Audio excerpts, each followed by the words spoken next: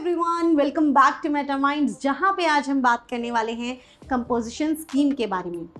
मैं इस वीडियो में आपके सारे क्वेश्चंस कवर करने वाली हूँ कि जैसे कि कंपोजिशन स्कीम होता क्या है, इसमें थ्रेशोल्ड लिमिट क्या होती है, कौन से स्टेट में कितनी थ्रेशोल्ड लिमिट होती है। थ्रेशोल्ड लिमिट का मतलब कि कौन से स्टेट में कितना टर्नओवर चाहिए कंपोजिशन स्कीम में जाने के लिए, कौन इसमें एलिजिबल होता है, कौन इसमें नॉन एलिजिबल होता है, कितना आपको रिटर्न फाइल करनी पड़ती है, कितना आपको टैक्स भरना पड़ता है, ये जीएसटी का जो नॉर्मल स्कीम है उससे कैसे अलग है, साथ ही आपको इनवॉइसेस कैसे जनरेट करने पड़ते हैं। रिटर्न की अगर डेट हम लोगों को नहीं पता है तो गवर्नमेंट का जो ऑफिशियल पोर्टल है वहाँ जाके डेट्स को कैसे चेक किया जाता है। इस तरीके के जितने भी क्वेश्चंस होते हैं, जितनी भी इंफॉर्मेशन होती है, मैंने एक सिंगल वीडियो में सारी कवर कर ली है। लेकिन फिर भी अगर कोई क्वेश्चन रह जाता है, आपको लगता है कि मुझे इसके बारे में और जानना है, तो आप मुझे कमेंट सेक्शन में बता सकते हैं, मैं उस पर वीडियो ज़रूर लेकर आऊँगी। दूसरी चीज़ ये आती है कि मैंने जितनी भी चीज़ें देखी, ये सारी चीज़ें अगर एक साथ पढ़ानी जाए तो कन्फ्यूजन हो जाएगा, राइट। तो मैंने ये जितनी भी चीज़ें सभी को टॉपिक्स में डिस्ट्रीब्यूट कर दिया है। हर एक टॉपिक के थ्रू हम लोग हर एक चीज़ को पढ़ते हुए जाएंगे एंड उन टॉपिक्स को बहुत ही ब्यूटीफुली नोट्स में इंक्लूड कर दिया है। मैंने बहुत ही अच्छे से नोट्स डिज़ाइन किए हैं जो कि आपको फ्रीली अवेलेबल हो जाएंगे। वो फ्रीली अवेलेबल ऐसे होंगे कि डिस्क्रिप्शन में आपको हमारे ऐप का लिंक मिल जाएगा। आप उस लिंक पे क्लिक कीजिए, ऐप को इंस्टॉल कीजिए, वहाँ पे आपको ये नोट्स फ्रीली अवेलेबल होंगे जहाँ पे आप खुद से वहाँ पे पढ़ सकते हैं। दूसरी चीज़ मैं आपको कहूँगी, देखिए मैंने बहुत सारे टॉपिक यहाँ कवर किए हैं। हो सकता है आपको ऑलरेडी कोई टॉपिक आता हो एंड हो सकता है आपको अभी कोई एक पर्टिकुलर टॉपिक जानना हो, तो डिस्क्रिप्शन में आपको टाइम स्टैम्प्स भी मिल जाएंगे सो दैट आप डायरेक्टली उस पर्टिकुलर टॉपिक पे जाकर उस टॉपिक को सीख सकें या पढ़ सकें या जान सकें। ठीक है, तो चलिए हम शुरू करते हैं हमारा ये चैप्टर जो कि है कंपोजिशन स्कीम। इसके अंदर हम सारी चीज़ें कवर करेंगे, तो आप मेरे साथ एंड तक ज़रूर बने रहिएगा। तो चलिए इसे शुरू करते हैं जो कि हमारा नाम है कंपोजिशन स्कीम। सबसे पहले मैं आपको इंडेक्स के बारे में बताना चाहूँगी कि हम लोग यहाँ पे क्या क्या पढ़ने वाले हैं। तो देखिए, हम जो यहाँ पे पढ़ने वाले हैं, just give me a minute, ऐसा थोड़ा सा जूम कर देती हूँ। हम लोग ये पढ़ने वाले हैं, सबसे पहले जो हम पढ़ेंगे वो पढ़ेंगे डेफिनेशन के बारे में कि कंपोजिशन स्कीम होता क्या है, इसका मैकेनिज्म क्या है, ये वर्क कैसे करता है, ये सब कुछ मैं डेफिनेशन में कवर कर लूँगी। उसके बाद आती है थ्रेशोल्ड लिमिट। थ्रेशोल्ड लिमिट वो होती है जो कि आपको टर्नओवर बताती है कि इतना टर्नओवर इतने स्टेट में होगा तो आप कंपोजिशन स्कीम के लिए एलिजिबल हो, आप कंपोजिशन स्कीम ले सकते हो। लेकिन अगर आपका टर्नओवर इतना नहीं है तो आप नहीं ले सकते हो। तो ये वाली सारी लिमिट्स हम लोग थ्रेशोल्ड लिमिट में कवर करेंगे। उसके बाद आ जाता है एग्रीगेट टर्नओवर, जो कि बहुत ही बेसिक टॉपिक है कि थ्रेशोल्ड लिमिट क्या होती है, टर्नओवर के बारे में होती है, तो कौन सा टर्नओवर पढ़ते हैं, एग्रीगेट टर्नओवर पढ़ते हैं, तो ये आता है। उसके बाद एलिजिबिलिटी एंड नॉन एलिजिबिलिटी कि मतलब कौन ले सकता है कंपोजिशन स्कीम एंड कौन नहीं ले सकता है कंपोजिशन स्कीम। उसके बाद आता है टैक्स परसेंटेज टैक्स परसेंटेज के अंदर हम पढ़ेंगे कि किस पर्सन पे कितना टैक्स परसेंट लगता है। अगर आप मैन्युफैक्चरर हैं तो आपको कितना टैक्स परसेंट देना है, अगर आप ट्रेडर हैं तो कितना देना है, आप सर्विस प्रोवाइडर हैं तो कितना देना है, हम सारे एक्सपेक्ट यहाँ पे कवर करेंगे। उसके बाद आपका आ जाता है एडवांटेजेस एंड डिसएडवांटेजेस। देखिए, नॉर्मली हम लोग जीएसटी स्कीम है, नॉर्मल जीएसटी स्कीम है। अगर गवर्नमेंट ने कंपोजिशन स्कीम लेकर आए हैं तो उसके कुछ ना कुछ प्रोज भी होंगे, कॉन्स भी होंगे, तो ठीक वैसे ही उसके कुछ एडवांटेजेस भी होंगे, डिसएडवांटेजेस भी होंगे। तो हम इन दोनों को कवर करेंगे कि कौन से ऐसे एक्सपेक्ट है जहाँ पे आपको ये कंपोजिशन स्कीम लेना एडवांटेज रहेगा एंड ऐसे कौन से एक्सपेक्ट हैं जहाँ पे कंपोजिशन स्कीम को लेना एक डिसएडवांटेज की तरह प्रूव करेगा। उसके बाद आपके पास आ जाती है रिटर्न्स, जो कि वन ऑफ द इम्पॉर्टेंट कह सकते हैं कि रिटर्न्स आपको कौन कौन सी कब कब फाइल करनी होती है। उसके बाद हम लोग फॉर्म्स की बात करेंगे कि कब कब हमें कौन से फॉर्म फिलअप करने पड़ते हैं। और उसके बाद लास्ट में अगर कोई भी पॉइंट इन सभी में बच जाता है तो हम लोग यहाँ मिसलेनियस में उसे कवर कर लेते हैं। ठीक है, तो ये सारे पॉइंट्स हम लोग एक ही इसी वीडियो में कवर करने वाले हैं, तो आप मेरे साथ बने रहिएगा। सबसे पहले हम लोग डेफिनेशन से शुरू करते हैं, तो चलिए इसे शुरू करते हैं। देखिए सबसे पहले हम लोग इसमें से रीड करते हैं, देन हम एग्जाम्पल के थ्रू उसे पूरा कंप्लीटली समझेंगे। तो देखिए, GST requires too much accounting. देखिए, जब मैं आपको कंपोजिशन स्कीम पढ़ा रही हूँ तो कंपोजिशन स्कीम क्या है, स्मॉल टैक्स पेयर के लिए कोई स्कीम लाई गई है ताकि उन्हें नॉर्मल स्कीम वाली हासिल ना करनी पड़े, राइट। नॉर्मल स्कीम में बहुत सारा प्रोसीजर है तो वो ना करना पड़े, तो वो ना करना पड़े के लिए पहले आपको ये भी तो पता होना चाहिए नॉर्मल स्कीम में हासिल होता क्या है, कितने सारे प्रोसीजर होते हैं, तभी तो आपको इसके बेनिफिट समझ आएंगे, फ़र्क समझ आएगा कि दोनों में फ़र्क क्या है। इसीलिए जब भी मैं कंपोजिशन स्कीम के कुछ भी टॉपिक पढ़ाऊंगी तो साथ ही साथ में रेफरेंस नॉर्मल स्कीम का लेकर चलूंगी, सो दैट आपको ये समझ आए कि ये उससे कैसे अलग है, उससे कैसे बेहतर है या बेहतर नहीं है, आप उस पर फ़र्क करना समझ सके और आप कंपोजिशन स्कीम को और बेहतर तरीके से समझ सके। ठीक है, तो ये देखिए हम इसे पढ़ते हैं, देन हम इसे एग्जाम्पल से समझेंगे। GST requires too much accounting, बहुत सारी अकाउंटिंग चाहिए होती है, कॉम्प्लिकेटेड प्रोसीजर लगाना पड़ता है आईटीसी लेने के लिए। आईटीसी का मतलब होता है input tax credit. Input tax credit जो कि गवर्नमेंट हमें एक तरीके से बेनिफिट देती है, उसको लेने के लिए भी बहुत सारे प्रोसीजर को फॉलो करना पड़ता है। उसके बाद आउटपुट टैक्स पे करने के लिए भी हम लोगों को हासिल करना पड़ता है, जो कि डिफ़िकल्ट हो जाता है स्मॉल टैक्स पेयर्स के लिए। Hence composition scheme has been devised which is a simplified scheme and an optional scheme. अभी जो मैं आपको एक एग्जाम्पल दूंगी उसमें आपको ये सिंप्लीफाइड स्कीम का टर्म समझ आएगा कि क्यों हम इस स्कीम को सिंप्लीफाइड स्कीम कहते हैं। लेकिन ऑप्शनल स्कीम ये क्यों कहा जाता है या इसका मतलब क्या है, ये जब हम थ्रेशोल्ड लिमिट का एग्जाम्पल करेंगे ना तब आपको बेहतर समझ आएगा। तो चलिए इसे पहले यहाँ से देख लेते हैं।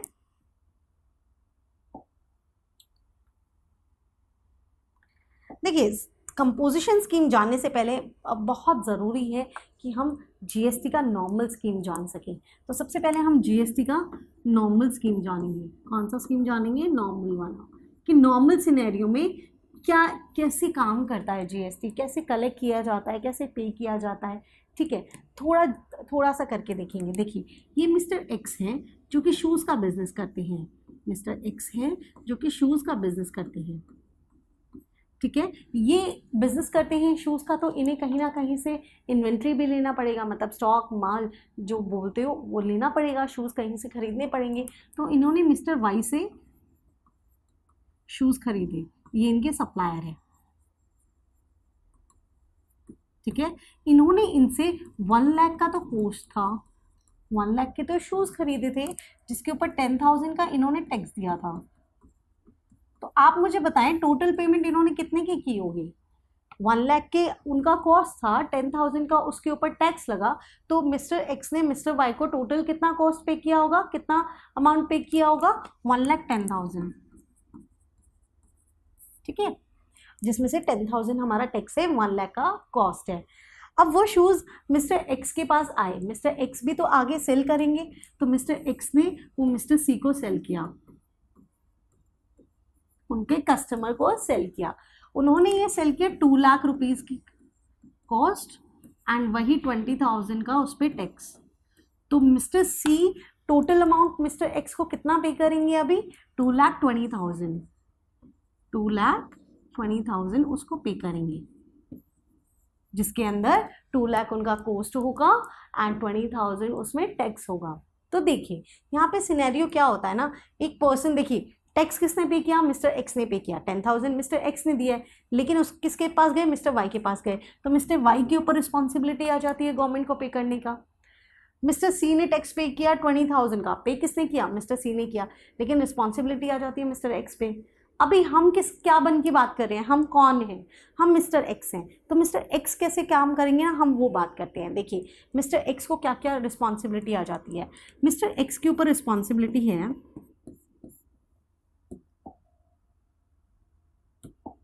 सबसे पहले तो वो मंथली जब रिटर्न फाइल करेंगे तो GSTR 1 में, दैट मीन्स उनकी जो पहली रिटर्न है उसके अंदर वो अपने सेल का इंफॉर्मेशन देंगे, सेल का इन्फॉर्मेशन देंगे कि मैंने 220 का सेल किया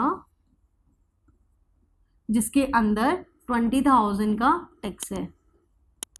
ठीक है, फिर उसके 2A 2B में परचेज का इन्फो आएगा, वहां से पता लगेगा कि उन्होंने 110 का परचेज किया था जिसके अंदर 10,000 का आपका टैक्स है। ठीक है, एक बार आपने सेल का इन्फो दिया, एक बार आपने परचेज का इन्फो दिया, उसके बाद इनका नेट करके आप GSTR 3B में आप GST टैक्स का पेमेंट करेंगे, GST पेमेंट करेंगे। ठीक है, और ये सारा प्रोसीजर होने के बाद आप ITC क्लेम करेंगे। ठीक है, तो आप सोच के देखिए कितना प्रोसीजर है। हम भी किसी और को टैक्स पे कर रहे हैं, फिर हम किसी और से टैक्स ले रहे हैं, फिर उनका सारी इन्फॉर्मेशन दी जा रही है, फिर उनका नेट करके पेमेंट की जा रही है, देन उसके बाद ITC क्लेम किया जा रहा है। तो ये बहुत ही लेंदी प्रोसेस है। आप एक स्मॉल बिजनेस होल्डर हो, आप एक स्मॉल बिजनेसमैन हो, और आपके लिए मंथली ये सारा प्रोसीजर करना बहुत ही हेक्टिक हो सकता है कि मेरा इतना सा बिजनेस है, मेरा छोटा सा बिजनेस है, और मुझे प्रोसीजर इतना सब कुछ करना पड़ता है। तो ये सारी चीज़ें एक छोटे बिजनेसमैन को ना करनी पड़े, इतनी हासिल ना करनी पड़े, उसके लिए कंपोजिशन स्कीम लाई गई। अब कंपोजिशन स्कीम क्या है वो देखिए। अब आपको कंपोजिशन स्कीम बहुत अच्छे से समझ आएगा। अभी आपको समझ आया ना कि कैसे हम भी किसी दूसरे को टैक्स पे करते हैं, कोई दूसरा हमें टैक्स पे करता है, फिर हम उसका नेट लेते हैं, देन हम सारी चीज़ें करते हैं। लेकिन कंपोजिशन स्कीम में ऐसा है ही नहीं। कंपोजिशन स्कीम कहती है, कंपोजिशन स्कीम कहती है कि डोंट कलेक्ट द टैक्स।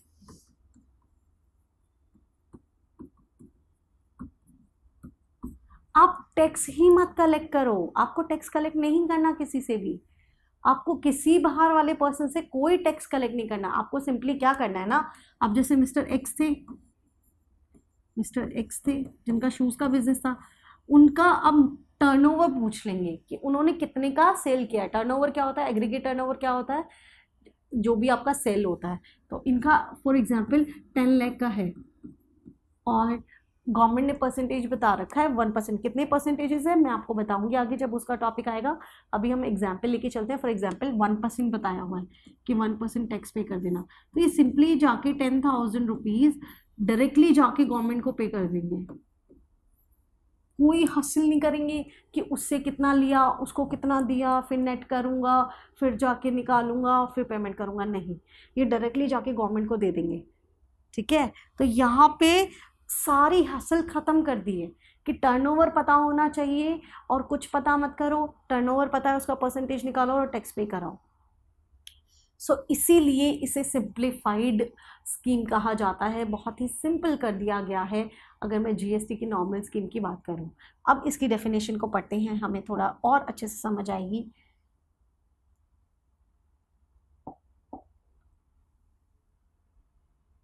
देखिए कि GST requires too much accounting, हमें भी समझ आ रहा है। हमें सेल का सारा रिकॉर्ड चाहिए, हमें परचेज का सारा रिकॉर्ड चाहिए, हमें सारे रिकॉर्ड्स चाहिए, तभी हम लोग निकाल सकते हैं। Complicated procedure for availing ITC, क्योंकि सारा आपको प्रोसीजर करना पड़ेगा। And making payment for the output tax, मतलब सेल का जो टैक्स है, which may be very difficult for the small taxpayer. Hence the composition scheme has been devised, which is a simplified scheme. Optional क्यों है ये हम आगे पढ़ेंगे, मैंने आपको पहले ही बताया था। ठीक है, तो यहाँ पे हम लोगों ने कवर किया है कि डेफिनेशन ऑफ कंपोजिशन स्कीम, कि कंपोजिशन स्कीम होता क्या है, कैसे बिहेव करता है, कैसे काम करता है, कैसे नॉर्मल स्कीम से अलग होता है, इसका पूरा मैकेनिज्म हमने समझ लिया है। चलिए अब हम आगे बढ़ते हैं, जो कि नेक्स्ट हमारा होने वाला है threshold limit. Just give me a minute. Okay, threshold limit होती क्या है। देखिए, सबसे पहले हम लोग ये जानेंगे कि थ्रेशोल्ड लिमिट क्या है, क्या चीज़ें, फिर उसका एग्जाम्पल के साथ समझेंगे, उससे हमें बेटर अंडरस्टैंडिंग आएगी। बिकॉज नॉर्मल स्कीम में भी हमें थ्रेशोल्ड लिमिट दी जाती है एंड इसमें भी हमें थ्रेशोल्ड लिमिट दी जाती है, ऑल्दो इसको भी ऑप्शनल बोला जाता है, वो वाली मैंडेटरी है या ऑप्शनल है, वहाँ पे भी दोनों एक्सपेक्ट आते हैं। तो ये बहुत सारा हौच पौच हो जाता है, बहुत सारी कन्फ्यूजन क्रिएट हो जाएगी अगर आप दोनों स्कीम को सोच के चलोगे या इसको भी सोचोगे कि कैसे क्या होगा। तो मैं टाइमलाइन के थ्रू आपको समझाने की कोशिश करूँगी, लेकिन पहले हमें इसे एक बार पढ़ के चलते हैं। अगर मैं गुड्स की बात करूँ, देखिए जितनी भी बात होती है वो अलग अलग एक्सपेक्ट में बात होती है। अभी जो मैं बात कर रही हूँ, अगर कोई मैन्युफैक्चरर या ट्रेडर है तो वो गुड्स में डील करेगा, राइट। तो अगर वो गुड्स में डील कर रहा है और अगर वो इन स्टेट्स में है, मणिपुर, मिजोरम, नागालैंड, त्रिपुरा, इसको मैं MMNT बोलती हूँ, जो कि ये स्पेशल स्टेट है, सुपर स्पेशल स्टेट्स लगा लो, क्योंकि इनमें जब हम नॉर्मल में भी पढ़ते हैं तो अलग आती है MMNT। तो ये तो सुपर स्पेशल हो जाते हैं। उसके बाद अरुणाचल प्रदेश, मेघालय, सिक्किम, उत्तराखंड, ये 4 स्टेट्स और आते हैं। 1 2 3 4, ये 4 स्टेट्स और आते हैं। टोटल आपके पास 8 स्टेट्स हैं जहाँ पे आपकी लिमिट हो जाती है 75 लाख। ठीक है, 75 लाख तक अगर आपका टर्नओवर है तो आप कंपोजिशन स्कीम में रह सकते हो, वरना आप नहीं रह सकते हो, फिर आपको नॉर्मल स्कीम में जाना पड़ेगा। आपका 75 लिमिट मैक्सिमम लिमिट होता है। ठीक वैसे ही अगर इन सभी स्टेट्स को मैं छोड़ देती हूँ, बाकी जितने भी स्टेट्स बच जाते हैं, वहाँ पे आपकी जो लिमिट होती है वो 1.5 CR हो जाती है। कितनी हो जाती है? 1.5 CR हो जाती है। ये जितनी भी लिमिट मैं बता रही हूँ वो इन रिस्पेक्ट ऑफ गुड्स में बता रही हूँ। किस में बता रही हूँ? गुड्स में बता रही हूँ कि गुड्स के लिए क्या लिमिट होती है। ठीक है, अगर इसके बाद मैं बात करती हूँ सर्विस वाला एक्सपेक्ट, क्योंकि मैंने बोला ना कि गुड्स आएगा फिर सर्विस आएगा। चलिए इसे आगे करते हैं।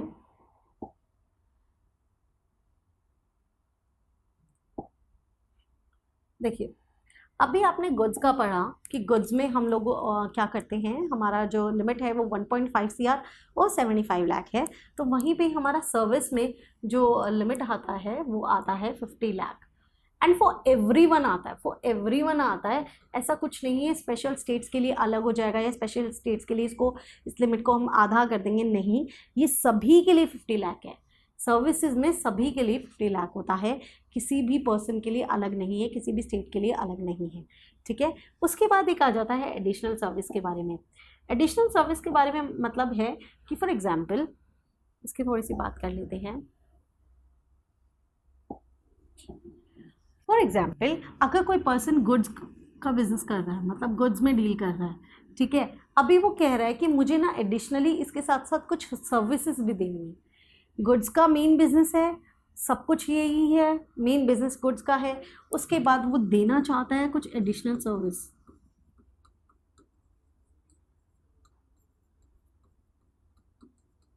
तो वो ये एडिशनल सर्विस कितने तक दे सकता है? ठीक है, जब गुड्स अलग से डिफाइन है, जब सर्विस अलग से डिफाइन है, तो इसको कंप्लीटली तो नहीं दे सकते वो। तो एक एक्सपेक्ट इसमें ये आ जाता है, अगर आप गुड्स के बिजनेस में हो और आपको कोई एडिशनल सर्विस देनी है तो आप कितनी एडिशनल सर्विस दे सकते हो। तो यहाँ पे आपके पास आता है, या तो आप 5 लाख तक का दे सकते हो या फिर 10% ऑफ द टर्नओवर।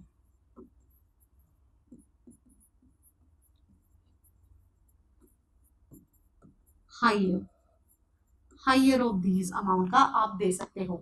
तो अगर आप लॉजिकली सोचोगे तो 5 लाख से ऊपर तो कभी दे ही नहीं सकते। सोचिए, देखो, अगर किसी का 10% 6 लाख आ रहा है तो भी आप टोटल, क्योंकि मैक्सिमम लेना है तो आप 5 लाख तक ले सकते हो, 5 लाख तक ही मैक्सिमम ले सकते हो।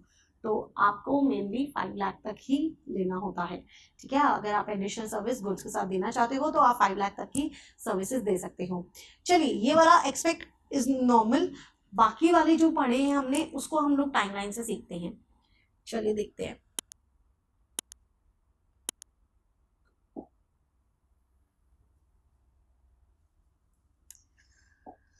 देखिए, मैं नॉर्मल को भी साथ में लेके चलूंगी ताकि आपको डिफरेंस समझ आए। ऐसे डिफरेंस समझ नहीं आएगा, तो मैं नॉर्मल वाली चीज को भी साथ में लेके चलूंगी।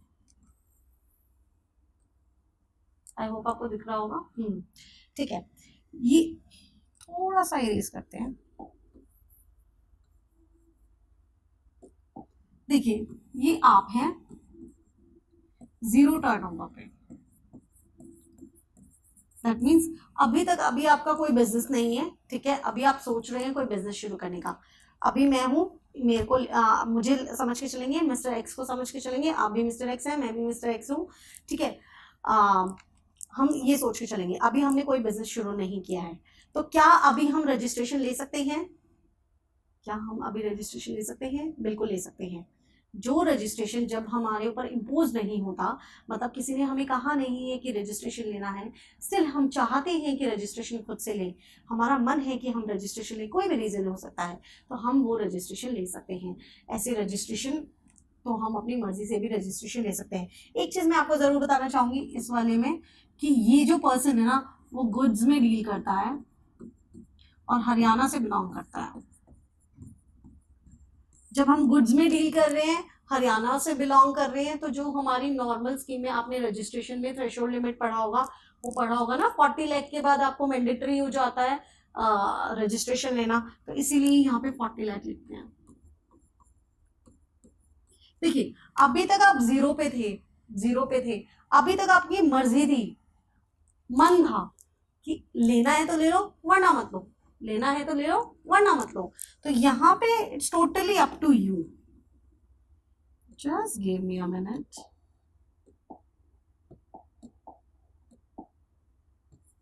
यहाँ पे it's totally up to you कि आपको रजिस्ट्रेशन लेना है या नहीं। पहली चीज कि लेना है या नहीं। अगर आप लेते हो तो वो रजिस्ट्रेशन वॉलेंट्री रजिस्ट्रेशन कहलाएगा, मतलब अपनी मर्जी से लिया हुआ कहलाएगा, गवर्नमेंट ने आपको इम्पोज नहीं किया है। पहली चीज ये। दूसरी चीज ये, इस पीरियड में आपकी मर्जी है कि आप नॉर्मल स्कीम में लो या फिर सीएस में लो। सीएस मतलब, मैं अगर सीएस बोलती हूँ तो इसका मतलब है कंपोजिशन स्कीम, ठीक है। तो आपकी मर्जी है। पहली चीज, आप अपनी मर्जी से ले रहे हो तो ये रजिस्ट्रेशन कैसा हो गया? वॉलेंट्री रजिस्ट्रेशन हो गया। दूसरी चीज कि आप कौन सी स्कीम में ले रहे हो, it's totally up to you. तो नॉर्मल में लो या सीएस में लो, कोई दिक्कत नहीं है, ठीक है। अब तक आप जीरो पे थे, अब आप पहुंच गए हो 40 लाख पे। आई होप आपको दिख रहा होगा, हाँ ठीक है, 40 लाख पे पहुंच गए हो आप, ठीक है।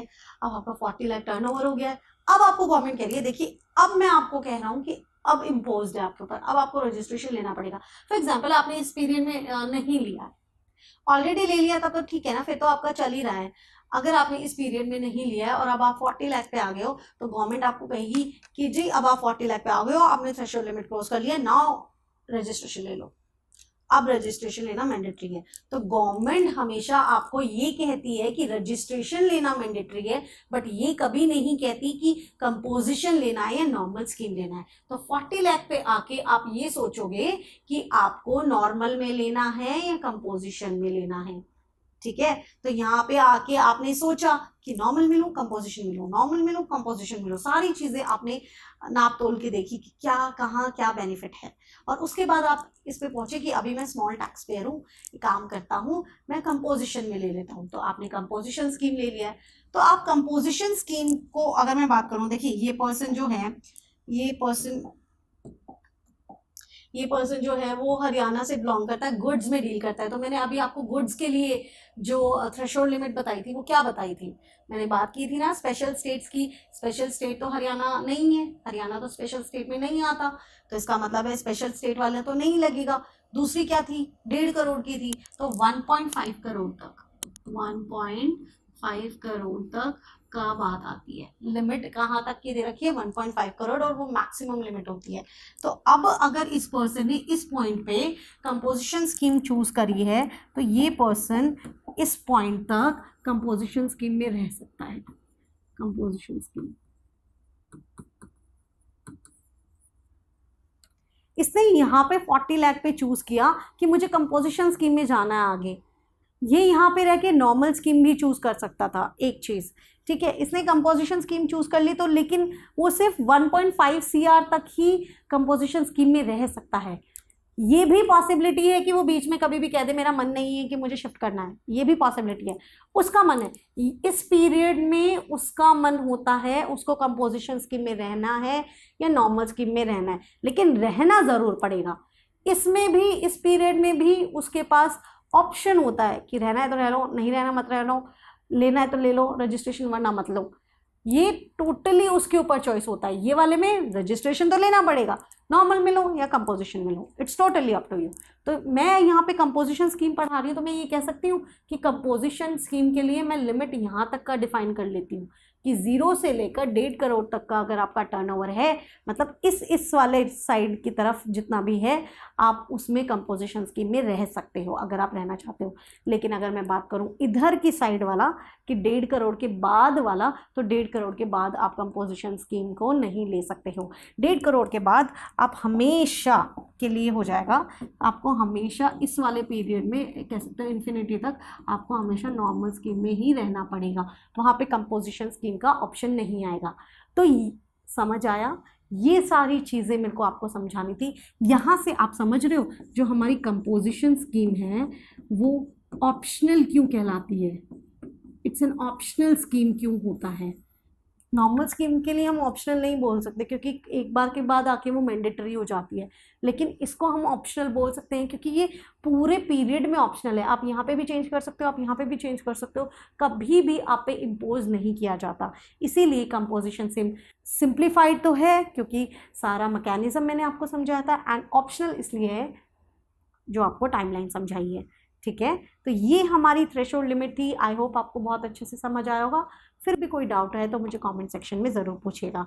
हमने थ्रेशोल्ड लिमिट की बात कर ली है, एग्रीगेट टर्नओवर की बात मैं यहीं पे ही करना चाहूँगी कि एग्रीगेट टर्नओवर जितना भी ये 40 लाख की बात की है, 1.5 करोड़ की बात की है, एंड वहाँ पे 50 लाख की बात की है, कोई भी जो भी मैं टर्नओवर जो जितने भी मैंने डेटा कोट किया है वो क्या है, वो एग्रीगेट टर्नओवर है। एग्रीगेट टर्नओवर का मतलब होता है जितनी भी टैक्सेबल सप्लाईज हैं आप उन सभी को ऐड कर लीजिए, whether it's your exempt supply, zero rated supply, exports, सबको ऐड कर लीजिए। और जितना भी आपने बाहर पे किया होता है, जैसे परचेज पे दिया होता है दैट इज़ इनवर्ड सप्लाई, या फिर कोई टैक्स पे किया होता है, CGST, SGST, IGST, सेस पे किया है, ये सारी चीज़ें आप हटा लीजिए। उसके बाद जो आपके पास नेट आता है वो आपका एग्रीगेट टर्नओवर होता है।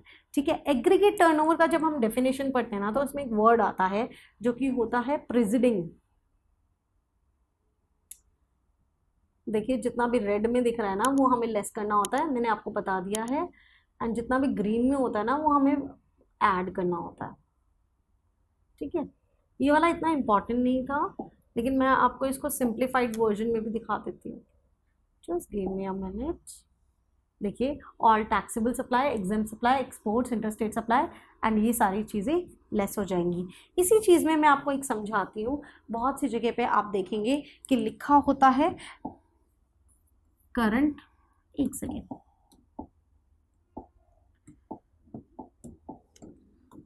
Current period, presiding financial year and succeeding financial year. तो करंट की अगर मैं बात करूं, अभी के लिए जब मैं ये रिकॉर्ड कर रही हूं तो अभी ये कौन सा फाइनेंशियल ईयर है आप मुझे बताएं। जो अभी चल रहा होता है वो करंट होता है। ठीक है, तो अभी हमारा कौन सा चल रहा है, 24, 25। ठीक है, जब हम बात करते हैं प्रेसिडिंग फाइनेंशियल ईयर या प्रेसिडिंग एग्रीगेट टर्नओवर, प्रेसिडिंग मतलब क्या, पिछले साल का देखना, तो पिछला साल कौन सा हो जाएगा हमारे लिए, 23, 24। एंड जब हम बात करते हैं सक्सीडिंग ईयर की, तो हमारे पास क्या आ जाता है, कौन सा ईयर आ जाता है, इससे नेक्स्ट वाला 25, 26। ठीक है, जब भी हम लोग देखेंगे कि हम एलिजिबल है या नहीं है, देखिए हम इस साल का तो नहीं देख सकते क्योंकि इस साल तो अभी कंप्लीट ही नहीं हुआ है, तो हम हमेशा जब भी थ्रेशोल्ड लिमिट देखते हैं वो पिछले वाले साल का देखते हैं, पिछले वाला साल देखेंगे उतना हुआ देन हम आगे बढ़ते हैं। ठीक है, तो ये वाली चीज़ मुझे एक कवर करनी थी। चलिए हम उसके आगे बढ़ते हैं। नेक्स्ट टॉपिक आ जाता है एलिजिबिलिटी का। देखिए एलिजिबल क्या, कौन पर्सन होगा, दो सिंपल सी चीज़ है। एलिजिबल वो पर्सन होगा जो कि एक तो थ्रेशोल्ड लिमिट के अंदर होगा। जब आपका 1.5 करोड़ क्रॉस हो गया या 75 लाख क्रॉस हो गया या 50 लाख क्रॉस हो गया, तब तो आप कंपोजिशन स्कीम में रह ही नहीं सकते, तब तो आपको गवर्नमेंट कह देगी मैंडेटरी है नॉर्मल स्कीम में जाना। टाइमलाइन में समझाया था ना, तो एक तो आप क्रॉस नहीं करना चाहिए थ्रेशोल्ड लिमिट को। दूसरा, जितनी भी टर्म्स एंड कंडीशन हमारा कंपोजिशन स्कीम हम पे लगाता है, देखिए कंपोजिशन स्कीम नॉर्मल स्कीम से हटकर, मतलब थोड़े से और बेनिफिट और सिंप्लीफाई करने के लिए लाया गया था। लेकिन अगर सब कुछ तो वो बेनिफिशियल नहीं हो सकता, रिस्ट्रिक्शन तो उसमें भी होगी। छोटे स्मॉल टैक्स पेयर्स के लिए तो रिस्ट्रिक्शन बहुत भर भर के हो सकती हैं। अगर आप वो रिस्ट्रिक्शन नहीं मानते हो तो आप कंपोजिशन स्कीम में नहीं रह सकते हो। अगर आप वो रिस्ट्रिक्शंस मानते हो तो आप कंपोजिशन स्कीम में रह सकते हो। तो देखिए, अब जब मैं बात कर लूंगी, देखिए एलिजिबिलिटी आपको समझ आया। नॉन एलिजिबिलिटी की जब मैं बात करूंगी तो इसका मतलब वही है ना कि आप अपनी टर्म्स एंड कंडीशन को पढ़ रहे हैं। क्योंकि नॉन एलिजिबल आप कब कहोगे, जब आप टर्म्स एंड कंडीशन को नहीं मानेंगे। तो एक तरीके से जो टर्म्स एंड कंडीशन है वही आपकी नॉन एलिजिबिलिटी के लिए हो जाती है। तो अब हम नॉन एलिजिबिलिटी के लिए पढ़ते हैं, बेसिकली वही आपकी टर्म्स एंड कंडीशन है।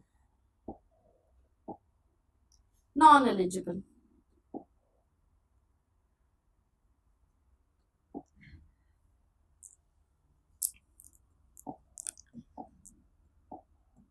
देखिए नॉन एलिजिबिलिटी में जो सबसे पहला और सबसे बड़ा रिस्ट्रिक्शन है, मैं कहूंगी बहुत बड़ा रिस्ट्रिक्शन है, वो ये है कि गवर्नमेंट ये कहती है, देखिए आप, ये किसके लिए थी स्कीम? स्मॉल बिजनेस मैन के लिए थी, राइट, स्मॉल टैक्स पेयर्स के लिए थी। तो उनको वो कहते हैं कि देखो आप इतने स्मॉल बिजनेस मैन हो, स्मॉल टैक्स पेयर हो, तो आपको स्टेट से बाहर जाके सेल करने की जरूरत ही नहीं। अगर आप स्टेट से बाहर जा रहे हो तो आप बड़े बिजनेस मैन हो सकते हो, राइट। तब तो आपका बिजनेस बढ़ता बढ़ता जा ही रहा है, तब तो कोई दिक्कत ही नहीं है। तो आपको कंपोजिशन स्कीम रोकती है स्टेट से बाहर जाने के लिए। क्या रोकती है? स्टेट से बाहर जाने के लिए। स्टेट से बाहर जाके आप सप्लाई नहीं कर सकते हो। तो he is making an inter state supply. Inter का मतलब क्या होता है? डिफरेंट। स्टेट का मतलब क्या होता है? स्टेट का मतलब स्टेट ही होता है। इंटर का मतलब होता है डिफरेंट। अगर आप डिफरेंट स्टेट में जा रहे हो, तो आप कंपोजिशन स्कीम नहीं ले सकते हो, ठीक है। आप डिफरेंट स्टेट में नहीं जा सकते हो। अब सोच के देखिए एक और पॉइंट, एक तो हो गया कि स्टेट से बाहर नहीं जा सकते हो गया ना। दूसरा पॉइंट देखो, ई कॉमर्स ऑपरेटर समझते हो? ई कॉमर्स ऑपरेटर होते हैं जैसे अमेजन हो गया, मिंत्रा हो गया, फ्लिपकार्ट हो गया। सोच के देखिए, आप अगर अपना जो प्रोडक्ट है वहां लिस्ट कर रहे हो, एक तरफ आपको गवर्नमेंट कह रही है कि आपको स्टेट से बाहर नहीं जाना, और एक तरफ अगर आप ई कॉमर्स पे अपना प्रोडक्ट लिस्ट करेंगे तो वो तो ऑटोमेटिकली पैन इंडिया पे चला गया, पूरा इंडिया में अवेलेबल हो गया, इंडिया के बाहर तक अवेलेबल भी करा सकते हो। तो सोचिए, देखिए यहाँ गवर्नमेंट कह रही है कि आपको स्टेट से बाहर नहीं जाना, और ई कॉमर्स पे जाके आप पूरे इंडिया में छाए हुए हो, पूरे इंडिया में सेल कर रहे हो। तो क्या ये पॉसिबल होगा? नहीं होगा। ये तो उनकी बात से ही वो हो जाएगा, क्लैश करेगा। तो इसीलिए गवर्नमेंट आपको ई कॉमर्स पे भी डील करने से रोकती है। आप ई कॉमर्स के थ्रू भी नहीं कर सकते हो। एंड डिजिटल इंडिया है, हम चाहते हैं अपने बिजनेस को बड़ा बनाना, तो हम चाहते हैं कि हम ई कॉमर्स के थ्रू जाएं। तो ये सबसे बड़ी दो रिस्ट्रिक्शन आती है कि आप स्टेट के बाहर जा ही नहीं सकते हैं, ठीक है। ये चीज को बहुत अच्छे से याद रखना, मुझे स्टेट के बाहर जाने ही नहीं दिया जा रहा, क्योंकि ये लाइन अगर आप याद रखोगे ना तो आपके बहुत सारे कॉन्सेप्ट धीरे धीरे अपने आप क्लियर हो जाएंगे। तो इस लाइन पे इसीलिए मैं बार बार फोकस कर रही हूँ कि स्टेट के बाहर नहीं जाना, स्टेट के बाहर नहीं जाना। स्टेट के बाहर नहीं जाना मतलब इंटर स्टेट सप्लाई नहीं कर सकते, मतलब ई कॉमर्स नहीं कर सकते, ठीक है। तीसरा आता है नॉन टैक्सेबल सप्लाई नहीं कर सकते। अगर आप कोई नॉन टैक्सेबल सप्लाई कर रहे हैं तो आप कंपोजिशन स्कीम में नहीं आ सकते हैं। चौथी चीज आती है, अगर आप कोई मैन्युफैक्चरर है या ट्रेडर है और नोटिफाइड गुड्स, जो गवर्नमेंट ने नोटिफाइड गुड्स दे रखे हैं ना, जैसे आइसक्रीम, टोबैको पाउडर, पान मसाला, जितने भी नोटिफाइड गुड्स हैं, अगर आप उसमें डील कर रहे हैं तो आप कंपोजिशन स्कीम में नहीं जा सकते हैं। उसके बाद आता है एनआरटीपी एंड सीटीपी। एनआरटीपी और सीटीपी क्या होते हैं? Basically non resident taxable person and casual taxable person. थोड़ा सा इसके बारे में पढ़ लेते हैं, ज्यादा डीप नहीं जाएंगे। देखिए, सबसे पहले मैं आपको बताती हूँ कैजुअल टैक्सेबल पर्सन क्या होता है, जिसे हम लोग सीटीपी भी बोलते हैं। मैं जब भी बोलूंगी इसे सीटीपी बोलूंगी, ओके। तो कैजुअल टैक्सेबल पर्सन, मतलब टैक्सेबल पर्सन तो है, उसको टैक्स तो पे करना पड़ता है। Casually that means occasionally, that means कुछ लोग ऐसे होते हैं जो पूरे साल में बिजनेस नहीं करते हैं, वो साल के केवल 1 महीने से लेकर 6 महीने तक बिजनेस करते हैं। जैसे आप हैंडलूम्स वालों को देखोगे या फिर जो हैंड क्राफ्टेड चीज़ें बनाते हैं, जो आपको ट्रेड फेयर्स में या किसी एग्जीबिशन में मिलते हैं, वो बाकी साल तो इन सब का प्रिपरेशन कर रहे होते हैं, वो सारी चीज़ें आर्ट वाली चीज़ें बना रही होते हैं, एंड कुछ पूरे साल में कुछ 3 महीना 6 महीना आके उसे सेल करते हैं, ओकेजनली बिजनेस करते हैं। तो ओकेजनली बिजनेस करने में भी उन्हें रजिस्ट्रेशन लेना पड़ता है, और जब वो रजिस्ट्रेशन लेते हैं तो वो नॉर्मल स्कीम में रजिस्ट्रेशन ले सकते हैं, आप कंपोजिशन स्कीम में रजिस्ट्रेशन नहीं ले सकते हैं। तो इसीलिए सीटीपी के लिए बोला गया है कि वो कंपोजिशन स्कीम में रजिस्ट्रेशन नहीं ले सकते, वो नॉर्मल स्कीम में रजिस्ट्रेशन लेंगे। दूसरा आपके पास आ जाता है NRTP, जिसे मैं बोल रही थी नॉन, आर मतलब रेजिडेंट, टी मतलब टैक्सेबल एंड पी मतलब person. Non resident taxable person मतलब टैक्स तो ये भी पे करेगा, टैक्सेबल पर्सन है, नॉन रेजिडेंट है मतलब इंडिया का नहीं है। सोच के देखिए, कोई पर्सन बाहर से आया है और वही उसके पास भी कुछ आर्ट्स हैं, कुछ नहीं है, या फिर उसको कोई स्किल आती है जो उसने यहाँ पे कार्ट लगाया एंड देन सेल करना शुरू कर दिया। जनरली पूरे साल बिजनेस नहीं होता, कोई 3 या 6 मंथ से रिलेटेड 3 to 6 मंथ्स इनका बिजनेस होता है। तो इन पर्सन्स को भी नॉर्मल स्कीम में ही रजिस्ट्रेशन लेना पड़ता है, CS में इन्हें भी रजिस्ट्रेशन नहीं मिलता है। ठीक है, तो आपको 2 पर्सन पता लगे, casual taxable person and non resident person, इन्हें नहीं मिलता है किसी भी टाइप का रजिस्ट्रेशन कंपोजिशन स्कीम में। चलिए अब हम आगे बढ़ते हैं, हमारा ये वाला टॉपिक हो गया है नॉन एलिजिबिलिटी वाला। इसके आगे हम लोग बढ़ते हैं टैक्स परसेंटेज में, जो कि वन ऑफ द इम्पॉर्टेंट कह सकती हूँ कि कितना किस पर्सन को क्या टैक्स पे करना पड़ता है। Just give me a minute, I will just zoom in. Okay, देखिए मैं जब भी बात करती हूँ वो 3 एस्पेक्ट में बात करती हूँ। ठीक है, अभी यहाँ पे हम 2 एस्पेक्ट में बात करेंगे। सबसे पहले गुड्स एंड सर्विसेज की। आप गुड्स एंड सर्विस टैक्स ही तो है ना, गुड्स एंड सर्विस की ही बात होगी। तो अगर आप गुड्स में डील कर रहे हो, दैट मीन्स आप कोई मैन्युफैक्चरर हो या ट्रेडर हो, तो आप उसको कितना परसेंट दोगे। और दूसरी चीज़, अगर आप किसी सर्विस बिजनेस में हो तो कितना परसेंट दोगे। एक तो मैंने इसमें ये बात की है, दूसरी बात मैं आपको बताती हूँ। मैं आपको कह रही थी ना बार बार एक बात याद रखो, एक बात याद रखो, और वो एक बात क्या थी? सेम स्टेट में रहने देते हैं, स्टेट से बाहर नहीं जाने देते, सेम स्टेट में रहने देते, स्टेट से बाहर नहीं जाने देते। ये बात हम याद रख रहे थे ना। तो सेम स्टेट में रहना क्या होता है? इंट्रा स्टेट होता है। सेम स्टेट में रहना क्या होता है? इंट्रा स्टेट होता है ना। इंट्रा स्टेट सप्लाई करते हो इसका मतलब। एंड जब आप इंट्रा स्टेट सप्लाई करते हो तो आप कौन सा टैक्स पे करते हो? CGST and SGST। ठीक है, जब आप इंट्रा स्टेट सप्लाई करते हो तो आप CGST या SGST पे करते हो। हेंस आपको हमेशा CGST SGST करना है। IGST तो कभी करने का मौका ही नहीं मिलेगा, क्योंकि ये तो आपको स्टेट से बाहर जाने ही नहीं देता, राइट।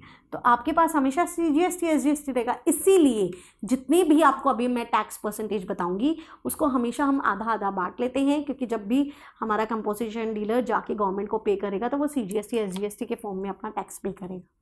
ठीक है, इसीलिए कभी उसमें कभी IGST नहीं मिलता, हमेशा उसको डिस्ट्रीब्यूट करके वो लिखते हैं।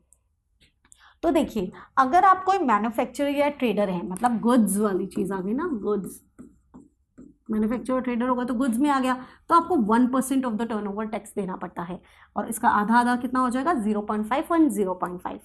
वहीं पे सर्विस में अगर मैं बात करूं तो एक आता है रेस्टोरेंट सर्विस और दूसरा आ जाता है अदर सर्विस। रेस्टोरेंट को छोड़कर बाकी जितनी सर्विसेज बच गई। एंड रेस्टोरेंट में भी इसमें स्पेसिफिकली लिखा हुआ है कि वो वाली रेस्टोरेंट सर्विसेज जहाँ पे अल्कोहल को ह्यूमन कंजप्शन के लिए सर्व ना किया गया हो, मतलब restaurant services who are serving alcohol for the human consumption, वो इसमें कवर नहीं होते। जो लोग कवर, मतलब जो लोग ह्यूमन कंजप्शन के लिए अल्कोहल सर्व नहीं कर रहे, ऐसी रेस्टोरेंट सर्विसेज के ऊपर 5% टैक्स लगता है। 2.5% आप उसको आधा आधा कर लेते हैं। उसके बाद अगर इसमें जितनी भी सर्विसेज बच गई, इसमें तो खाली एक ही सर्विस लिया ना हमने, तो बहुत सारी सर्विसेज बच गई हैं, तो ये सारी सर्विसेज अदर सर्विस प्रोवाइडर में कवर हो जाती हैं। 6%, 3 एंड 3%। ठीक है, तो 3% का आपका यहाँ आ जाता है। तो यहाँ तक हम लोगों ने अपना टैक्स परसेंटेज वाला टॉपिक कवर कर लिया है। इसके आगे जब हम बढ़ते हैं तो हम बात करेंगे रिटर्न्स की। ओके, सबसे पहले हम लोग एडवांटेज एंड डिसएडवांटेज पढ़ लेंगे। देखिए चलिए, उसके बाद जो हम बात करते हैं वो हम बात करना चाहेंगे रिटर्न्स की। उसके बाद हम लोग एडवांटेज डिसएडवांटेज में आ जाएंगे एंड में, सो दैट आपको पता तो हो कि ये एडवांटेजेस हैं एंड डिसएडवांटेजेस हैं। ओके, ये हमारी रिटर्न है। तो रिटर्न में भी मैं आपको थोड़ा नॉर्मल स्कीम के बारे में भी बताना चाहूँगी, सो दैट आपको ये रहे कि क्या बेनिफिट है। आपको समझ भी तो आना चाहिए ना, जीएसटी वाले जो नॉर्मल स्कीम है उसमें कितनी हसल है। हमने हसल आपको बताई थी, मैंने आपको कवर करवाया था ना कि हम पहले GSTR 1 फिल करते हैं, उसके बाद 2A 2B करते हैं जो कि ऑटो जनरेटेड होती है, उसके बाद 3B करते हैं, देन हम ITC लेते हैं। तो आपको समझ आया। वहाँ पे अगर मैं बात करूँ नॉर्मल GST की, ओके डोंट नॉर्मल GST की मैं बात करूँ, नॉर्मल GST की, तो आपने देखा मंथली एक तो मंथली फाइलिंग होती है।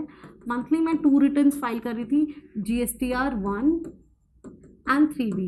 2 and 2B ऑटो जनरेटेड थी, तो 2 × 12 24 रिटर्न्स आपकी मैं कह सकती हूँ जाती हैं ईयरली। मैं ये कह सकती हूँ कि नॉर्मल स्कीम में आप 24 रिटर्न्स फाइल करते हैं, राइट। लेकिन वहीं पे कंपोजिशन स्कीम में क्वार्टरली रिटर्न जाती है। एंड क्वार्टरली का मतलब क्या होता है, सॉरी क्वार्टरली रिटर्न जाती है। एंड 1 क्वार्टर में कितने मंथ्स होते हैं, 3 मंथ्स होते हैं। तो 1 ईयर में कितने वो हो गए, 4 क्वार्टर हो गए। तो इसका मतलब हम 4 रिटर्न्स फाइल करते हैं ओनली। तो CS में सिर्फ आपको 4 रिटर्न फाइल करनी पड़ती है, वहीं पे नॉर्मल स्कीम में आपको 24 रिटर्न फाइल करनी पड़ती है। तो आप समझ रहे हो डिफरेंस, देखो आप कि कितना ज़्यादा डिफरेंस है। वहाँ 24 रिटर्न है और यहाँ केवल 4 रिटर्न है। तो एक चीज़ तो ये थी। अब कौन कौन सी रिटर्न यहाँ का तो हमें पता लग गया, GSTR 1 और 3B होती है। लेकिन मैं यहाँ कंपोजिशन स्कीम के बारे में बात कर रही हूँ। तो कंपोजिशन स्कीम के बारे में बात करते हैं। 2 तरीके से रिटर्न फाइल की जाती है। एक होती है क्वार्टरली, जो कि होती है CMP 8, और जो फाइल की जाती है 18th of the succeeding month of the quarter. Succeeding का मतलब क्या होता है, आगे वाला, राइट। मैंने आपको बताया था सक्सीडिंग का मतलब होता है आगे वाला। ये कैसे करेंगे अभी हम बात करेंगे।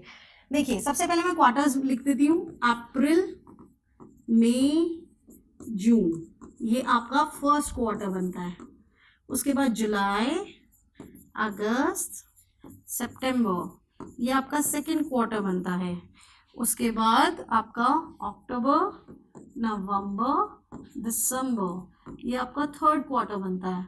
एंड उसके बाद जनवरी, फरवरी, मार्च, ये आपका फोर्थ क्वार्टर बनता है। तो इस तरीके से आपके पास 4 क्वार्टर होते हैं, ठीक है। उसके बाद अगर मैं बात करूं कि आपको कब जाके फाइल करना होगा, तो देखिए मैंने लिखा है 18th of the succeeding month of the quarter. तो क्वार्टर का जो लास्ट मंथ है उससे आगे वाला जो मंथ है उसकी 18th को। देखिए इस क्वार्टर का लास्ट मंथ क्या है, जून है। जून से नेक्स्ट मंथ क्या होगा, जुलाई होगा। और जुलाई की 18th को, जुलाई की 18th को आपको क्वार्टर 1 की फाइल करनी होगी रिटर्न। देखिए अब इसमें देखते हैं जुलाई, अगस्त, सितंबर, लास्ट मंथ क्या है, सितंबर है। तो नेक्स्ट क्या हो जाएगा, अक्टूबर 18th। ठीक वैसे ही अक्टूबर, नवंबर, दिसंबर, तो लास्ट मंथ क्या है, दिसंबर है। तो ये 18th ऑफ जनवरी। इसका क्या होगा आप मुझे कमेंट सेक्शन में बताइएगा कि यहाँ पे अगर हम होंगे तो हम कब फाइल करेंगे अपनी कंपोजिशन डीलर की, जो कंपोजिशन स्कीम में जो रिटर्न फाइल होती है विच इज CMP 8, वो कब करेंगे। हम लोग ये डेट्स भी चेक कर सकते हैं अपने पोर्टल के ऊपर। ये डेट्स कहाँ मेंशन होती है, कैसे हम चेक कर सकते हैं, चलिए अब वो सीखते हैं। सिंपली है, सिंपल तरीके से आप अपने, just give me a minute, आप अपने ऑनलाइन जो GST का पोर्टल है हमारा उसके ऊपर जा सकते हैं। जैसे ही आप पोर्टल पे जाएंगे, देखिए पोर्टल पे जाना बहुत आसान है। आप क्रोम पे जाइए एंड उसके बाद www.gst.gov.in पे क्लिक कर दीजिए। आप ऐसा करेंगे, उसके बाद आपके पास ये पोर्टल खुल के आ जाएगा। ये हमारा जीएसटी पोर्टल है, उसमें आप बस ड्रैग करके एकदम नीचे आ जाइए। नीचे देखिए, आपको ये नीचे यहाँ पे आए ना, उसके जस्ट यहाँ पे आपको सारी की सारी डेट्स दिख जाएंगी, सारी की सारी डेट्स दिख जाएंगी। मैंने नॉर्मल स्कीम में आपको बोला था मंथली रिटर्न्स जाती हैं, 3B जाती है, 1 जाता है, तो इसमें दे रखा है, ठीक है। लेकिन हम नॉर्मल स्कीम की बात नहीं करेंगे, मैं सिर्फ आपको बता रही थी। हम लोग बात करेंगे क्वार्टरली रिटर्न की। क्वार्टरली रिटर्न में सबसे नीचे देखिए CMP 8, जो कि हमारी कंपोजिशन डीलर्स के लिए होती है। एंड अप्रैल से जून वाले क्वार्टर के लिए जो आपकी डेट है वो 18 जुलाई है। आप देख पा रहे हैं आपकी जो डेट है यहाँ पे 18 जुलाई है, जो कि मैंने आपको कहा था next 18 of the succeeding month होता है। तो आपका यहाँ पे आ गया 18 जुलाई। तो इस तरीके से आप चाहें तो सारी डेट्स भी चेक कर सकते हैं, सारी चीज़ें देख सकते हैं हमारे पोर्टल पे जाके। चलिए हम लोग अपने टॉपिक पे वापस आते हैं। Just give me a minute. हाँ जी, हम लोग अपने टॉपिक पे वापस आते हैं, इसे पढ़कर देखते हैं। देखिए, मैंने सबसे पहले जो बात की है वो आपसे क्वार्टरली रिटर्न की बात की है। तो क्वार्टरली रिटर्न की अगर मैं बात करती हूँ तो CMP 8 फाइल करना है, क्वार्टरली फाइल करना है, 18th of the month of the succeeding quarter वो करना है, ठीक है, वो आप लिख सकते हो। उसके बाद आ जाता है एनुअल रिटर्न। एनुअल रिटर्न भी इसमें फाइल की जाती है। एनुअल रिटर्न जो पहले थी वो कुछ और थी, फरवरी 2019 के बाद उसको चेंज कर दिया गया है। तो कहीं कहीं पुराना रिटर्न भी लिखा हुआ है, तो आप कंफ्यूज नहीं होंगे। आपको अब जो रिटर्न फाइल करनी पड़ती है वो GSTR4 करनी पड़ती है एंड 30 अप्रैल तक करनी पड़ती है। 30 अप्रैल तक आपको अपना एनुअल रिटर्न फाइल करना पड़ता है कंपोजिशन स्कीम में GSTR4। ओके, GSTR4 मैं अभी भी कह रही हूँ, फरवरी 2019 के बाद ये चेंज हो गया था। कहीं पे पुराना डेटा अभी भी लिखा हो सकता है, तो आप पढ़ें तो आप कंफ्यूज ना हो। अब जो फाइल करनी होती है वो GSTR4 करनी होती है। चलिए हम आगे बढ़ते हैं इस टॉपिक से। आई होप आपको पूरा अच्छे से समझ आया होगा। उसके बाद जो हम आ जाते हैं वो आ जाते हैं फॉर्म्स के ऊपर, कि हमें कब कौन सा फॉर्म फिलअप करना होता है। तो चलिए अब हम फॉर्म्स के बारे में बात कर लेते हैं कि कब हमें कौन सा फॉर्म फिलअप करना होता है एंड क्यों करना होता है, ठीक है। सबसे पहले अगर बात आती है तो वो CMP 1 की आती है, जिसके अंदर आप इंटीमेशन देते हो कि जो भी आपने टैक्स पे किया है अंडर कंपोजिशन स्कीम, और ये किन के लिए होता है, जो कि प्रोविजनल रजिस्टर्ड बिजनेसमैन है, मतलब बिजनेस एंटिटीज़ हैं या फिर इंडिविजुअल्स हैं, उनको CMP 1 में बताना होता है कि उन्होंने क्या टैक्स पेमेंट किया है। CMP 2 किस लिए होता है? CMP 2 होता है रजिस्ट्रेशन के लिए। चलिए थोड़ा सा इसके बारे में बात कर लेते हैं। 2 टाइप के आपके रजिस्ट्रेशन में बात कर सकती हूँ, एक होता है फ्रेश रजिस्ट्रेशन और दूसरा होता है आपका एग्जिस्टिंग रजिस्ट्रेशन। फ्रेश रजिस्ट्रेशन वो होता है जब उससे पहले आप कभी रजिस्टर्ड थे ही नहीं। जैसा मैंने आपको टाइमलाइन के वक्त समझाया था ना कि आप 0 पे खड़े हो तब रजिस्ट्रेशन लेना, मर्जी है लेना है नहीं लेना है। 40 लाख पे आ गए हो तब आपके ऊपर इम्पोज हो जाता है, लेकिन तब भी आपके पास ऑप्शन होता है। लेकिन उससे पहले आप कभी रजिस्टर्ड तो नहीं होते हो, राइट। आप पहली बार रजिस्ट्रेशन ले रहे होते हो, तो ऐसा रजिस्ट्रेशन जो आप पहली बार ले रहे हो वो फ्रेश रजिस्ट्रेशन होता है। लेकिन एग्जिस्टिंग रजिस्ट्रेशन मैं उसको बोलूँगी जब आप ऑलरेडी किसी स्कीम में थे, अब आप किसी दूसरी स्कीम में जा रहे हो। मैंने आपको बोला था कंपोजिशन स्कीम एक ऑप्शनल स्कीम है, तो ठीक वैसे ही 1.5 CR तक या 75 लाख तक या 50 लाख तक आपके पास ये ऑप्शन होता है कि आप कंपोजिशन स्कीम में रहो या फिर नॉर्मल स्कीम में चले जाओ।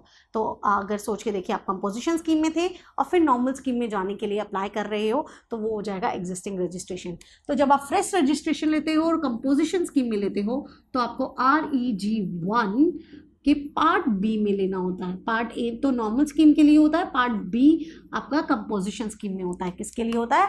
REG 1 part B is for composition scheme fresh registration के लिए।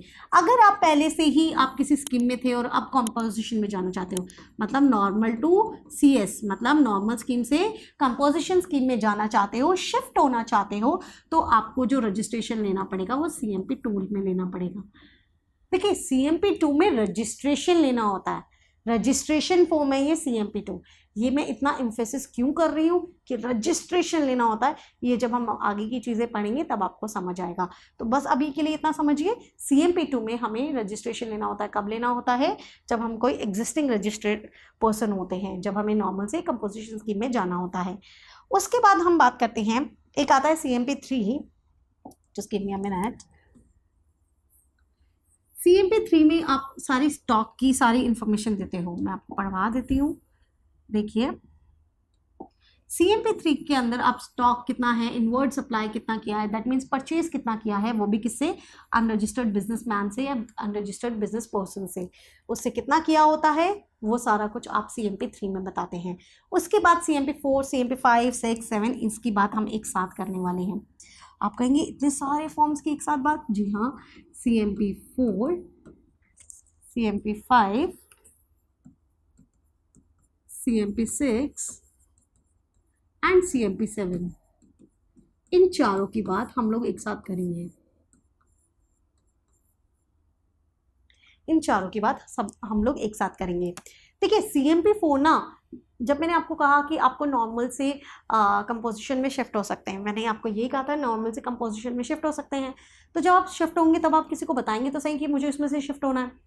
तो CMP4 में आप सामने वाले को ये बताते हैं, सामने वाले क्या, ऑफिसर को बताते हो कि ऑफिसर को ये बताओगे I want to withdraw from this particular scheme, कि आपको नॉर्मल से कंपोजिशन में जाना है, कंपोजिशन से नॉर्मल में जाना होता है तो आपको किसी ना किसी को इंटीमेट तो करना पड़ेगा ना, है ना। तो जब भी आपको विड्रॉ करना होता है कंपोजिशन स्कीम से, तो आप 4 में बताएंगे।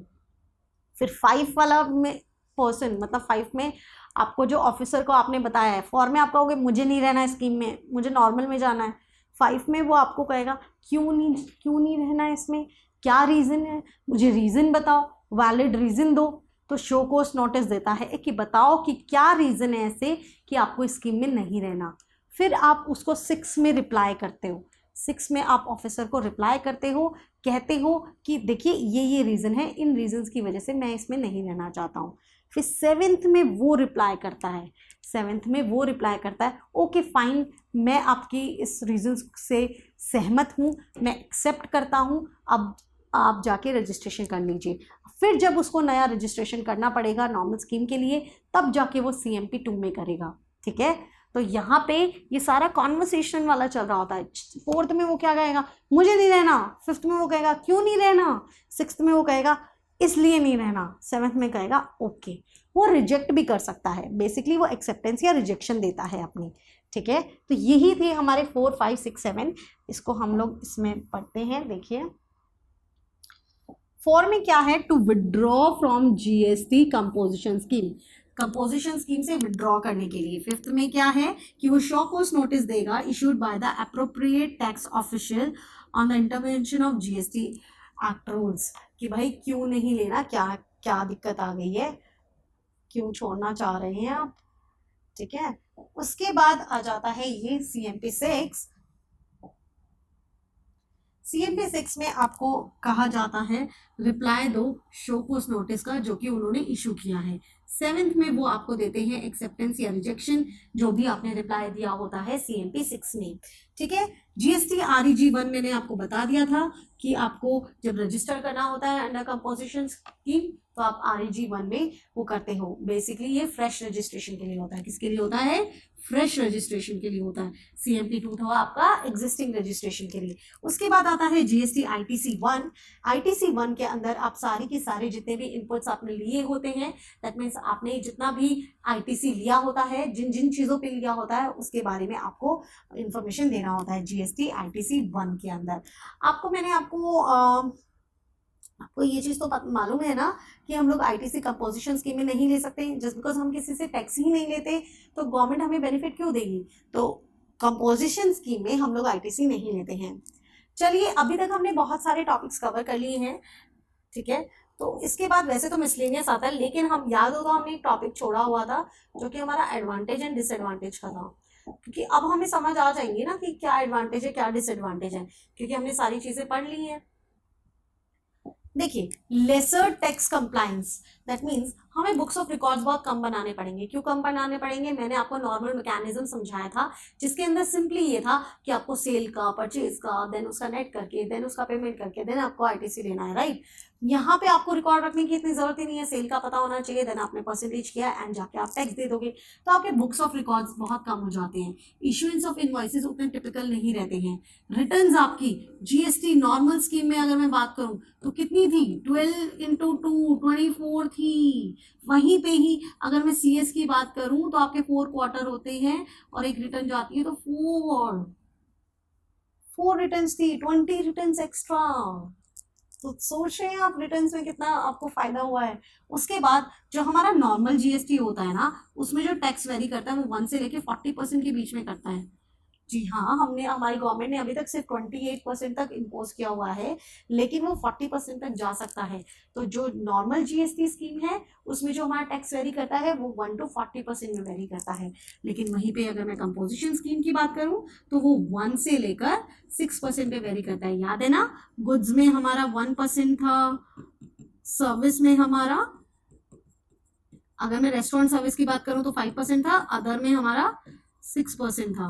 याद है, ठीक है। तो ये हमारे पास एडवांटेज हो जाता है कि हमें एक लोअर टैक्स रेट पे करना पड़ता है। तो ये सारी हमारी एडवांटेज थी।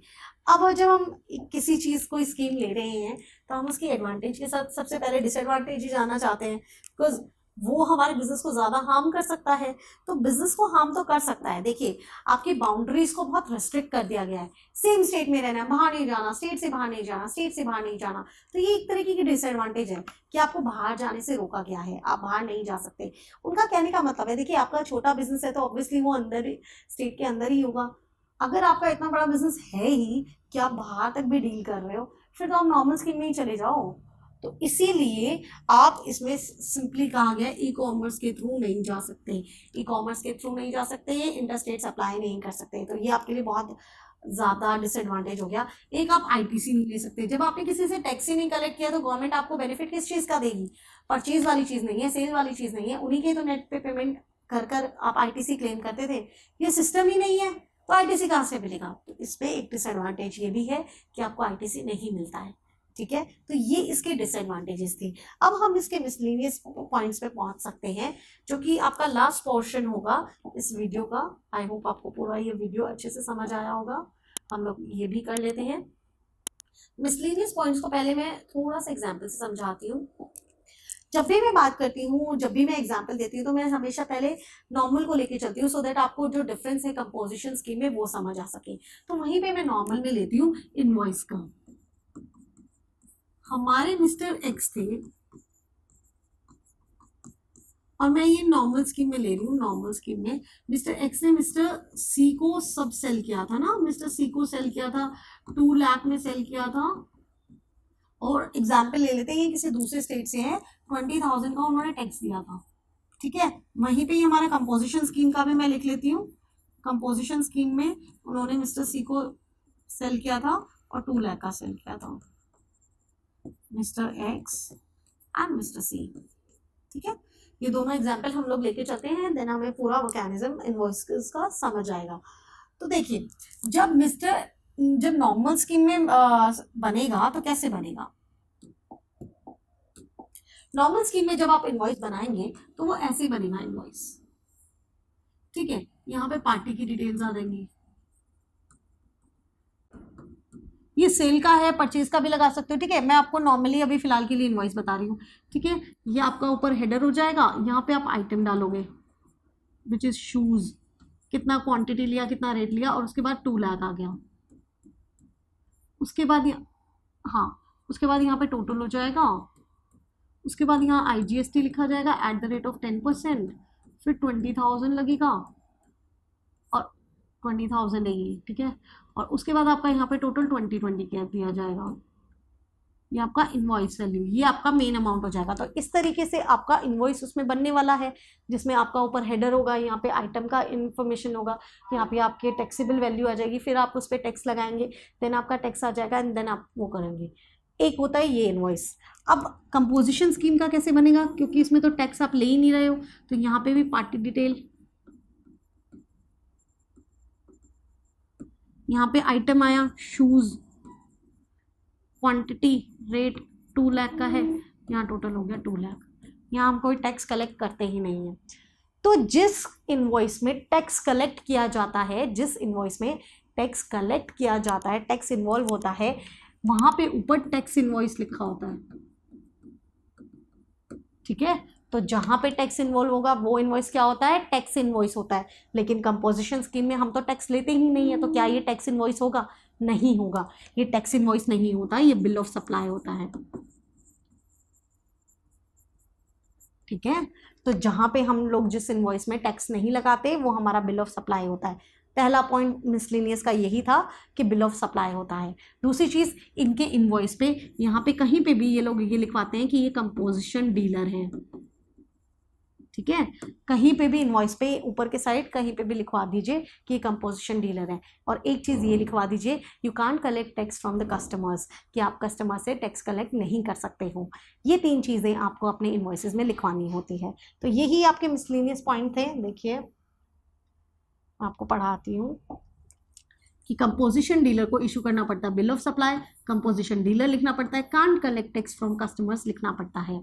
उसके बाद पॉइंट आता है, अगर आपने एक ही पैन नंबर है, एक पैन नंबर है और आपकी 2 ब्रांच आपने रजिस्टर्ड कर रखी है, 2 ब्रांच आप दिखा सकते हो ना, तो आपकी 2 ब्रांचेज हैं। तो अगर आपने एक ब्रांच पे कंपोजिशन स्कीम लगाया तो ऐसा नहीं कर सकते दूसरी ब्रांच पे नॉर्मल स्कीम की तरह काम चल रहा है, नहीं, आपको दोनों ब्रांच पे ही कंपोजिशन स्कीम लगानी होगी। जो काम एक पे हो रहा है वही दूसरे पे करना पड़ेगा। ठीक है, तो ये होता है। एक चीज़ होती है आईटीसी के बारे में, आईटीसी के बारे में मैं थोड़ा सा बता देती हूँ आपको, थोड़ा सा और साइड आ जाते हैं। आईटीसी जब मैंने कहा एक तरीके का बेनिफिट है जो कि नॉर्मल स्कीम में मिलता है, कंपोजिशन स्कीम में नहीं ले सकते हो क्योंकि आपने कलेक्ट ही नहीं किया टैक्स, तो आपको किस बात का वो करना, तो आईटीसी इसमें नहीं ले सकते। अब सोच के देखिए, एक कॉन्सेप्ट आया था कि आप नॉर्मल से कंपोजिशन स्कीम में जा रहे हैं या कंपोजिशन से नॉर्मल स्कीम में जा रहे हैं, दोनों ही हो सकता है ना। अब सोच के देखिए, आप पहले नॉर्मल स्कीम में थे, नॉर्मल स्कीम में आपने 10 लाख का नहीं 50 लाख का कोई प्लांट खरीदा और कैपिटल गुड हो गया ना, और उसके ऊपर आईटीसी ले लिया। फॉर एग्जांपल 5 लाख का आपको आईटीसी मिला था, एग्जाम्पल लेके चल रहे हैं, 5 लाख का आईटीसी मिला था, और जो ये प्लांट था ना आप 10 ईयर्स तक यूज़ करने वाले थे, 10 ईयर्स तक यूज़ करने वाले थे। जनरली मंथ्स में कैलकुलेट होता है, जस्ट बिकॉज मैं कैलकुलेशन यहाँ बहुत बढ़ाना नहीं चाहती इसलिए मैंने 10 ईयर्स लिख लिया। 10 ईयर्स यूज़ करने वाले थे, लेकिन 1 ईयर के बाद ही आपने सोचा मेरे को नॉर्मल स्कीम में नहीं रहना, मुझे तो कंपोजिशन स्कीम में जाना है। ठीक है, आप कंपोजिशन स्कीम में तो आईटीसी मिलता नहीं है, आपने तो 5 लाख का ले लिया है जितना भी टोटल आईटीसी था। तो इस टाइम पे गवर्नमेंट ये कहती है जो प्रोपोर्शनेटली आईटीसी बच गया है वो मुझे वापस कर दो, क्योंकि आप 1 साल तक रहे हो, आप 1 साल का रखो। 5 लाख कितने साल के लिए था? 10 साल के लिए था, आपको 1 साल का रखना है, तो कितना हो जाएगा 1/2 0.5 इतना आप रखो। 5 लाख से डिवाइड करना है, ठीक है, मतलब 50,000 आ जाएगा आपका।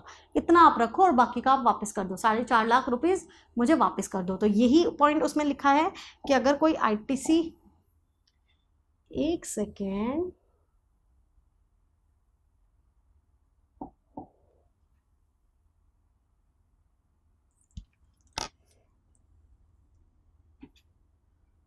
देखो, अगर कोई आईटीसी लिया हुआ है, if a person shift from regular to composition scheme then they have to return the ITC to the remaining period, कि रिमेनिंग पीरियड का आईटीसी आपको वापस करना होता है।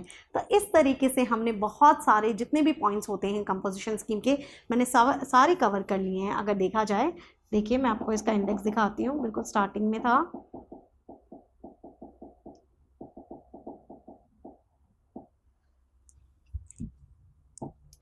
देखिए हम लोगों ने यहाँ पे डेफिनेशन कवर कर लिया, थ्रेशोल्ड लिमिट कर लिया, aggregate turnover, eligibility, non eligibility, tax percentage, advantage, disadvantage, returns, forms, miscellaneous, सारे के सारे टॉपिक्स हम लोगों ने यहाँ पे बहुत अच्छे से कवर कर लिए हैं। फिर भी अगर कोई टॉपिक रह जाता है, आपके मन में कोई सवाल रह जाता है, कोई डाउट रह जाता है, तो आप मुझे कमेंट सेक्शन में ज़रूर बताइएगा। देखिए, आप केवल ऐसा नहीं है कि आप कोई डाउट आए तभी कमेंट करें, आप मुझे प्लीज़ फीडबैक ज़रूर दीजिए, सो दैट मुझे पता हो कि जो मैं इंफॉर्मेशन दे रही हूँ वो आपके लिए रेलिवेंट है या नहीं है, वो काम इतना काम आती भी है या नहीं आती है। एंड एक तरीके से है ना, ये मुझे मोटिवेशन देता है कि मुझे आगे ऐसी बहुत सारी वीडियोस आपके लिए लेकर आनी है। ऐसी हम बहुत सारी वीडियोस ला सकते हैं, जैसे हम रजिस्ट्रेशन के बारे में बहुत डीपली बात कर सकते हैं, हम आईटीसी के बारे में बात कर सकते हैं। आईटीसी में हमारा ब्लॉक क्रेडिट होता है जो कि बहुत ही इंपॉर्टेंट होता है, हम उसके बारे में बात कर सकते हैं कि किन किन चीज़ों पे हम आईटीसी ले ही नहीं सकते हैं। तो इस तरीके के बहुत सारे टॉपिक्स हैं जो कि हम कवर कर सकते हैं, लेकिन मैं तभी कवर कर सकती हूँ जब मुझे ये पता हो कि ये जितना भी इंफॉर्मेशन है या जितना इंफॉर्मेशन डिलीवर करने का तरीका है वो आप तक बहुत अच्छे से पहुंच रहा है एंड कारगर साबित हो रहा है। तो प्लीज़ मुझे कमेंट सेक्शन में अपना फीडबैक ज़रूर दीजिएगा, वेदर इट्स पॉजिटिव और negative, I am ready to take it. आप बस फीडबैक दीजिएगा। So thank you so much for being there. अगर आप यहाँ तक वीडियो देखा है एंड आप मेरे साथ ऐसे ही बने रहिएगा, subscribe my channel and hit the bell icon so that you can get every single notification. And ऐसे ही हम लोग दोबारा मिलते रहेंगे। Okay bye.